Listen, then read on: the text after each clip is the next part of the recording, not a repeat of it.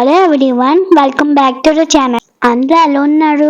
బాగున్నారా? మేము కూడా బాగున్నాం. నేను మీ బుచ్చి బాబుని. మీరు నన్ను మిస్ అయ్యారా? నేనైతే చాలా మిస్ అయ్యాను. Welcome back to another day in my life. సరే, ఇంక నేను చదువుకోవడానికి వెళ్తాను. ఇంక నుంచి మమ్మీ మాట్లాడుతుంది. బాయ్ గాయ్స్, మళ్ళీ కలుద్దాం. ఈ రోజు థర్స్డే వ్లాగ్ ని చూస్తారు. మధ్యాహ్నం లంచ్ కి ఏం కుక్ చేశాను అండ్ ఈవినింగ్ మేము ఒక ఊరు వెళ్ళాము. ఎందుకు వెళ్ళాము, ఎక్కడికి వెళ్ళాము అనేది కూడా షేర్ చేస్తాను. కాబట్టి వీడియోని ఎక్కడ స్కిప్ చేయకుండా లాస్ట్ వరకు చూడండి. పొద్దున్న లేచిన తర్వాత పిల్లల్ని తీసుకొని డాబా మీదకి వచ్చాను. అప్పటికి టైం ఆల్మోస్ట్ 11 అయిపోయినట్టుంది. ఎవరో అప్పటికే వడియాలు కూడా పెట్టేశారు. నేను డాబా మీదకి ఎందుకు వచ్చానంటే, లాస్ట్ వీక్ అంతా కూడా హెడేక్ తో సఫర్ అయ్యాను కదా. సో వైటమిన్ డి డెఫిషియన్సీ ఉంది, వెళ్ళి డాబా మీద నించో అని మా నాన్న అంటారు. కానీ 11 o'clock ఎండకెళ్ళి నించున్నానంటే కళ్ళు తిరిగి పడిపోతానని నేను అంటాను. మొత్తానికి ఇంకా మా డాడీ చెప్పిన మాట విని డాబా మీదకి వచ్చి కాసేపు అలా ఎండలో ఒక 10 minutes ఏమో ఉన్నాను. బట్ ఉన్న హెడేక్ ఇంకొంచెం ఎక్కువైపోయింది అనమాట. చేసేదేం లేక కాసేపు ఇలా పిల్లల్ని ఆడించేసి ఆ తర్వాత కిందకి తీసుకెళ్లిపోయా. అండ్ బై ద వే, ఈ వీడియో మీరు చూసిన రోజు బుడ్డోడి బర్త్డే. మీ అందరి విషెస్ బుడ్డోడి మీద ఎప్పుడు ఉండాలని మనస్ఫూర్తిగా కోరుకుంటున్నాను.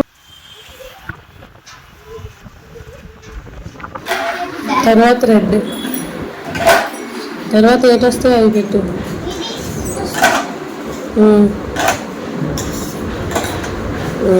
అది ఫార్మాట్.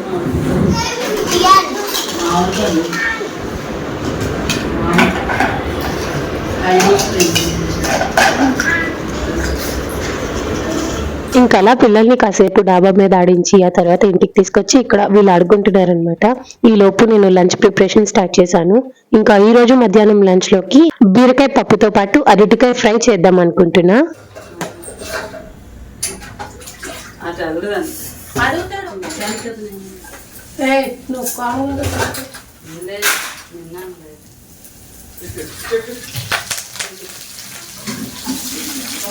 అండ్ మీ అందరికీ కస్టర్డ్ యాపిల్ గురించి చెప్పాలి. బుడ్డోడు పుట్టక ముందు నేను ఎప్పుడు కస్టర్డ్ యాపిల్ తిన్నా అత్తయ్య వాళ్ళ ఇంటి దగ్గర ఒక 2 చెట్లు ఉంటాయి. వాటి మొదల్లో వేసేసేదాన్ని. చాలా గుబురుగా చెట్టు వచ్చేది, కాకపోతే ఎప్పుడు ఫ్లారింగ్ రాలేదన్నమాట.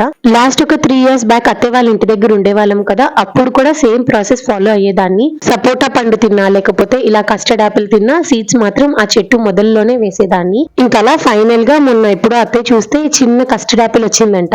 మళ్ళీ పిల్లలు ఎక్కడ లాగేస్తారో ఏమో అని చాలా జాగ్రత్తగా చూసుకుంది. అలా మా చెట్టుకు వచ్చిన ఫస్ట్ కస్టర్డ్ యాపిల్ కట్ చేసి దేవుడి దగ్గర పెట్టి ఇంకా మా కోసం తీసుకొచ్చింది. టేస్ట్ చూసామండి, ఎంత బాగుందంటే ఆ సెల్ఫ్ సాటిస్ఫాక్షన్ ఉంటుంది చూసారా, అది నెక్స్ట్ లెవెల్. అంతే, అది మనం ఎంత కొన్నా కూడా రాదు. ఇది మన చేతులతో మనమే ఏం కాకుండా జస్ట్ సీడ్స్ వేసామంతే. బట్ చక్కగా ఇలా ఒక ఫ్రూట్ వచ్చినా సరే చాలా హ్యాపీగా అనిపించింది. ఇంకా అలా అందరం కస్టర్డ్ యాపిల్ తినేసాము. ఆ ఒక్క కస్టర్డ్ యాపిల్ 5గురం పంచుకున్నాము.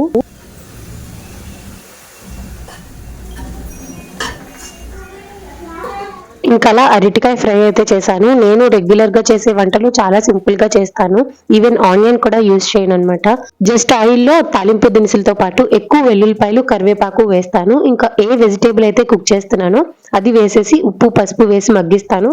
లాస్ట్ లో ఇంకా కారం వేసి దించేస్తా. అంతే, ఏ ఫ్రై అయినా ఇదే ప్రాసెస్. అలా అరటికాయ ఫ్రై చేసిన తర్వాత ఇప్పుడు పప్పు బీరకాయ చేస్తున్నాను. పప్పు అయితే ఆల్రెడీ ఒక గిన్నెలో ఉడికిస్తున్నాను. అది ఇంకా లాస్ట్ ఒక్క 2 minutes లో ఉడికిపోతుంది కనుక ఇంకా తాలింపు పెడుతున్నా. ఆయిల్ వేడైన తర్వాత ఆవాలు, జీలకర్ర, మెంతులు, ఎండుమిరపకాయలు, వెల్లుల్లిపాయలు వేసి ఫ్రై చేసుకోవాలి. ఇంకా అందులోనే కరివేపాకు, కొత్తిమీరతో పాటు బీరకాయ ముక్కలు కూడా వేసి ఇవి సాఫ్ట్ గా అయినంత వరకు కొంచెం పసుపు ఉప్పు వేసి మగ్గించాలి. ఇంకీలోపు పప్పు బాగా ఉడికిపోయింది కాబట్టి అందులోని వాటర్ అంతా తీసేసి అది బాగా స్మాష్ చేసుకోవాలి. ఇప్పుడు ఇలా మెదుపుకున్న పప్పుని మనం ముందుగానే తాలింపు పెట్టిన బీరకాయ ఉంది కదా, అది కూడా బాగా మగ్గిపోయి ఉంటుంది. ఇందులోనే యాడ్ చేసేసుకోవాలన్నమాట. పప్పు వేసి ఒక 2 minutes అలా ఫ్రై చేసుకోండి అంతే. ఎక్కువసేపు ఫ్రై చేయాల్సిన అవసరం లేదు. జస్ట్ ఒక 2 minutes ఫ్రై చేసిన తర్వాత అందులోని మీకు కన్సిస్టెన్సీకి తగ్గట్టు వాటర్ యాడ్ చేసుకోండి. నేనైతే ఇక్కడ దాదాపుగా ఒక 2 glasses వరకు వాటర్ యాడ్ చేసుకున్నాను. నేను చింతపండు యాడ్ చేయలేదు. మీరు కావాలనుకుంటే చింతపండు రసం కూడా యాడ్ చేసుకోవచ్చు. ఇంకా బాగా మరిగిన తర్వాత ఉప్పు కారం చెక్ చేసుకోండి. సరిపోకపోతే అడ్జస్ట్ చేసుకుని లాస్ట్ లో కొత్తిమీర వేసి గార్నిష్ చేసుకుంటే అంతే, పప్పు బీరకాయ రెడీ అయిపోయినట్టే. ఇంకా లంచ్ అయిన తర్వాత బుడ్డోడికి నిన్న హాస్పిటల్ కి వెళ్ళి వచ్చేటప్పుడు డోనట్ తీసుకొచ్చాను. సో అది ఇస్తున్నాను అనమాట. కంప్లీట్ డోనట్ ఎప్పుడు వాడికి ఇవ్వలేదండి, పాపం దగ్గొస్తుంది కదా, అందుకే కొంచెం భయపడి 1/4 ఒకసారి, రిమైనింగ్ ఒకసారి అలా ఇస్తూ ఉంటాను. మీరు చెప్తే నమ్మరు, ఈ రోజు డేట్ June 3rd కదా. టిల్ డేట్ ఇంకా ఆ డోనట్ అలానే ఉంది. హాఫ్ ఏమో ఇచ్చాను, ఇంకా మిగతాది ఇవ్వాలంటే భయం వేసింది. ఏమంటే బర్త్డేకి మళ్ళీ కేక్ తింటాడు కదా, అందుకనే ఇంకా ఆ డోనట్ అలానే ఉంచేసి వాచ్మ్యాన్ పిల్లలకి ఇచ్చేసాను. ఇంకా లంచ్ చేసిన తర్వాత అందరం ఇంకా రెడీ అయిపోయి ఆల్ ఆఫ్ అ సడన్ ఒక ప్లేస్ కి వెళ్తున్నాం. ఏమంటే అనుష వాళ్ళు ఒక ఆటో మాట్లాడుకున్నారు. గ్రూప్ ఆఫ్ 8 పీపుల్ అనుకుంటాను. అందరూ కలిసి అనకాపల్లి నూకాలమ్మ అమ్మవారి దర్శనానికని వెళ్తున్నారు. ముందు రోజు ఈవినింగ్ ఆల్రెడీ అనుష నన్ను అడిగింది వస్తావా అని, కాకపోతే నాకు బాగా హెడేక్ ఉండడం వల్ల రానని చెప్పేశాను. ఇంకా మధ్యాహ్నం లంచ్ చేసినప్పుడు పక్కింటి అక్క వచ్చి అమ్మని అడిగిందంట, మీరు వస్తారా అని. సరే వెళ్దామా అని అమ్మ అడిగితే డాడీ ఏమో ఇప్పుడు వెళ్తున్నది వ్యాన్ లో కదా, సరిగ్గా అమ్మ కూర్చోగలుగుతుందో లేదో, మళ్ళీ కాలికి ఏదైనా ప్రాబ్లం వస్తుందేమో అని ఇంకా డాడీ కూడా అప్పటికప్పుడు కార్లో తీసుకెళ్తానని చెప్పేసి అన్నారు. ఇంకా మేము కూడా రెడీ అయ్యాము. ఇంకా అలా అనుకోకుండా అప్పటికప్పుడు వాళ్ళతో పాటు మేము కూడా బయలుదేరిపోయాము. ఇన్ఫాక్ట్ వాళ్ళకన్నా ముందు మేమే వెళ్ళిపోయాము అనమాట. ఏమంటే నైట్ నాకు డ్యూటీ ఉంటుంది కదా, ఆఫీస్ లాగిన్ అయ్యే టైం కంతా వచ్చేయాలి. అండ్ ఈ రోజు నా ల్యాప్టాప్ ఇస్తానన్నారు, సో అది కూడా పిక్ చేసుకోవాలి.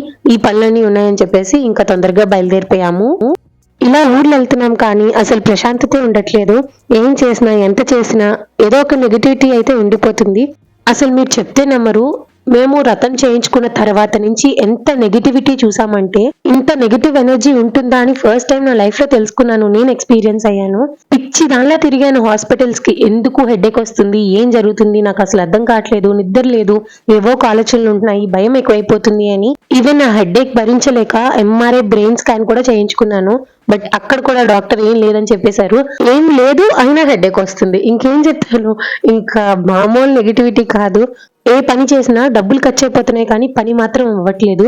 ఆ ల్యాప్టాప్ కి కూడా 15,000 ఇచ్చాను సర్వీసింగ్ కోసం. అది సర్వీస్ చేసి ఇచ్చారు, మళ్ళీ కీబోర్డ్ ప్రాబ్లం వచ్చింది, అది మళ్ళీ తీసుకెళ్లి ఇవ్వాల్సి వచ్చింది. ఇలా ఏవో ఒకటి బ్యాక్ టు బ్యాక్ మా మీద కొంచెం ఆ నెగిటివిటీ బాగానే డాన్స్ చేసింది. ఇంకా లేదు ఒకసారి అమ్మవారి టెంపుల్ కి వెళ్దాము, కొంచెమైనా ప్రశాంతంగా ఉంటుంది కదా అని చెప్పేసి ఈ రోజు ఇమీడియట్ గా బయలుదేరడానికి కారణం అదే. అంతే కదండి, ఇంట్లో అస్సలు ఎక్కడ ప్రశాంతత లేకుండా నేను చాలా చికాగ్గా ఉంటున్నప్పుడు ఇలా అమ్మవారి టెంపుల్ కో లేకపోతే ఏ టెంపుల్ కి వెళ్ళినా కొంచెమైనా ప్రశాంతంగా మనసు కొంచెం హాయిగా ఉంటే చాలు అనిపిస్తుంది. మేము కూడా ఈ టెంపుల్ కి వద్దామని మొక్కుకున్నాం. కాకపోతే అమ్మవారి మెయిన్ టెంపుల్ ఇంకా ఓపెన్ అవ్వలేదు, దసరాలో ఓపెన్ అవుతుందంట. సో అప్పుడు వద్దామని చెప్పేసి ఆగాము. కాకపోతే ఇప్పుడు అందరూ వెళ్తున్నారు అండ్ మేము కూడా ఈ ఫేజ్ నుంచి కొంచెం బయటకు వచ్చినట్టు ఉంటుందని చెప్పేసి బయలుదేరాము.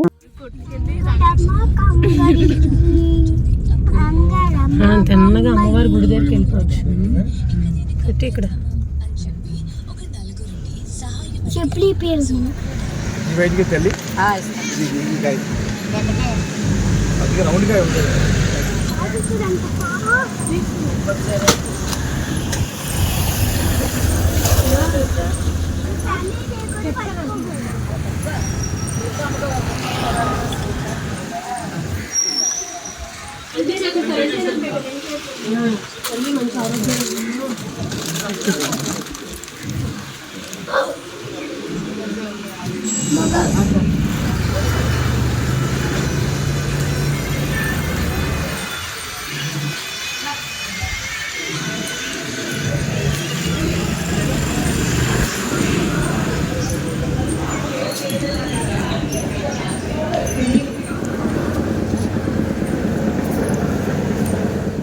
యాక్చువల్ గా అమ్మవారి మెయిన్ టెంపుల్ అయితే ఇప్పుడు మీరు రైట్ సైడ్ లో చూస్తున్నారు కదా, ఇది ఇంకా అండర్ కన్స్ట్రక్షన్ లో ఉంది. ఆల్మోస్ట్ ఇంకా దసరాకి ఓపెన్ అవుతుందంట. మెయిన్ టెంపుల్ లో అమ్మవారిని చూడాలండి, గూస్ బంప్స్ వస్తాయి. చాలా పెద్ద విగ్రహము, పెద్ద పెద్ద కళ్ళు వేసుకొని చాలా నిండుగా ఉంటారు అమ్మవారు. చాలా కలగా ఉంటుంది అమ్మవారి ముఖం అయితే. ఇంకా ఈ టెంపుల్ అండర్ కన్స్ట్రక్షన్ లో ఉంది కాబట్టి ఇప్పుడు ఇంకొక ప్లేస్ లో పూజలు చేస్తున్నారు. ఇదిగోండి ఇదే ఆ ప్లేస్. సో మీరు కూడా నూకాలమ్మ అమ్మవారిని దర్శనం చేసుకోండి. అందరూ ఆరోగ్యంగా ఆనందంగా ఉండాలని మనస్ఫూర్తిగా కోరుకుంటున్నాను. ఇంకా అమ్మవారి మెయిన్ టెంపుల్ ఓపెన్ చేసిన తర్వాత కూడా మళ్ళీ ఒకసారి మనం వద్దాము, అప్పుడు కూడా మీకు అమ్మవారి దర్శనం కల్పిస్తాను. ఇంకా మీకు గుర్తుందా, ఉగాది ముందు కొత్త అమావాస్య రోజు బాబుకి అమ్మవారు వచ్చారు. తను నూకాలమ్మ అన్నమాట. యాక్చువల్ గా అయితే అనకాపల్లిలో కొత్త అమావాస్య రోజు అమ్మవారికి చాలా పెద్ద ఎత్తున పండుగ జరుగుతుంది. మేము కూడా ఇంట్లో ఉపారం పెట్టుకుంటాము. కాకపోతే ఆ రోజే బాబుకి అమ్మవారు రావడం వల్ల ఇంకా మేమేం పూజ చేయలేదు. మా బాప ఉన్నప్పుడైతే ప్రతి సంవత్సరం అమ్మవారి టెంపుల్ కి తీసుకొచ్చేది. కాకపోతే తను చనిపోయిన తర్వాత చెప్తున్నాను కదా, మా ఫ్యామిలీలో అసలు కలే ఉండట్లేదు. ఎవరి మట్టు కాలే ఉంటున్నాము. తనైతే ఏ పండగ వచ్చినా ఏ ఫంక్షన్ వచ్చినా చాలా హడావిడిగా అందరినీ ఇంకా పదండి లెగండి అని బయలుదేరించి ఎవరో ఒకరు ఉంటారు కదండి మన ఫ్యామిలీలో. సో మా ఫ్యామిలీలో అయితే మా బాప అలా ఉండేది. ఇప్పుడు తను చనిపోయిన తర్వాత ఇంకా హడావిడి అంతా ఏమీ లేదు, ఎవరి కాళ్ళే ఉంటున్నాము. ఇంకా అమ్మవారి దర్శనం చేసుకొని ప్రసాదాలు తీసుకున్న తర్వాత ఇక్కడ పోతిరాజు స్వామి ఉంటారనమాట. నాకు ఈ టెంపుల్ హిస్టరీ గురించి ఏం తెలియదండి, అందుకనే నేనేం షేర్ చేసుకోలేకపోతున్నాను. బట్ మీ ఎవరికైనా తెలిస్తే గనక please do let me know in the comment section below. నాతో పాటు నాలాగా తెలియని వాళ్ళు ఎవరైనా తెలుసుకుంటారు. అమ్మవారి దర్శనం అయిపోయిన తర్వాత మేము ఇంకా ఇంటికి రిటర్న్ అయిపోతున్నాం. యాక్చువల్ గా ఇంటికి వచ్చిన తర్వాత సాయి దివ్య పూజ 4వ వారం చేసుకోవాలి. కాకపోతే ఈ ల్యాప్టాప్ పనిచేయకపోవడం వల్ల మళ్ళీ అక్కడికి వెళ్ళి రావడం ఈ హడావిడిలో ఇంకా నాకు పూజ చేసే టైం కుదరలేదు. ఇంటికి వచ్చేసరికి 9 అయిపోయింది. అందుకని ఇంకా ఈ వారం పూజ చేసుకోలేకపోయాను. మళ్ళీ వారం నుంచి కంటిన్యూ చేస్తాను, అది మీకు నెక్స్ట్ వీడియోస్ లో అప్డేట్ చేస్తా. సో ఇదండి ఇవాల్టి వీడియో. ఐ హోప్ మీకు ఈ వీడియో నచ్చిందని అనుకుంటున్నాను. ఈ వీడియో కనుక మీకు నచ్చినట్టయితే లైక్ చేయండి, మీ ఫ్రెండ్స్ అండ్ ఫ్యామిలీకి షేర్ చేయండి. అలానే మీరు ఇంకా మన ఛానల్ ని సబ్స్క్రైబ్ చేసుకోలేదు అంటే వెంటనే వెళ్ళి సబ్స్క్రైబ్ చేసుకొని పక్కనే ఉన్న బెల్ ఐకాన్ లోని ఆల్ ఇన్ ఆప్షన్ కనుక క్లిక్ చేసినట్టయితే నేను ప్రతిరోజు పెట్టే వీడియో నోటిఫికేషన్స్ అన్ని మీ వరకు వచ్చేస్తాయి. సో దట్ నా నెక్స్ట్ కమింగ్ వీడియోస్ అన్ని మీరు మిస్ అవ్వకుండా హ్యాపీగా చూసేయచ్చు. అండ్ ఈ వీడియోని లాస్ట్ వరకు చూసిన ప్రతి ఒక్కరికి thank you so much. So చూసారు కదండి, ఇది ఇవాల్టి వీడియో. మళ్ళీ నెక్స్ట్ వీడియోలో కలుద్దాం. అంతవరకు టేక్ కేర్, బై బై.